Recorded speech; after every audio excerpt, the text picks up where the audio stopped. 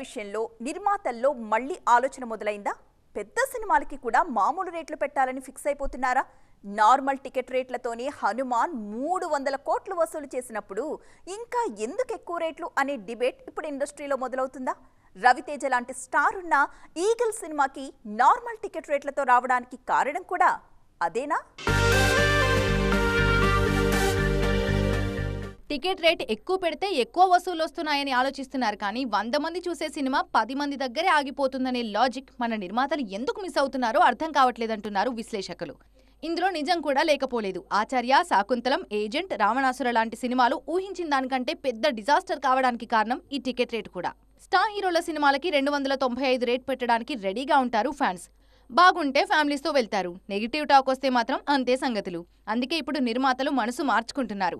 సంక్రాంతికి వచ్చిన హనుమాన్, నా సామిరంగా 200 టికెట్ రేట్లతోనే నైజాంలో మంచి వసూళ్లు సాధించాయి. హనుమాన్ అయితే చరిత్రే సృష్టించింది. అందుకే ఈగల్కి 200 రూపాయలతోనే వస్తున్నారు మేకర్స్. రవితేజ లాంటి స్టార్ ఉన్నా కూడా మల్టీప్లెక్స్లో 200 రూపాయలే ఉంచారు ఈగల్ నిర్మాతలు. దీనివల్ల మొదటి రోజు ఆడియన్స్ ఎక్కువగా వచ్చే అవకాశం లేకపోలేదు. కరోనా ముందు వరకు మల్టీప్లెక్స్లో టికెట్ రేట్లు 200 రూపాయలు మాత్రమే.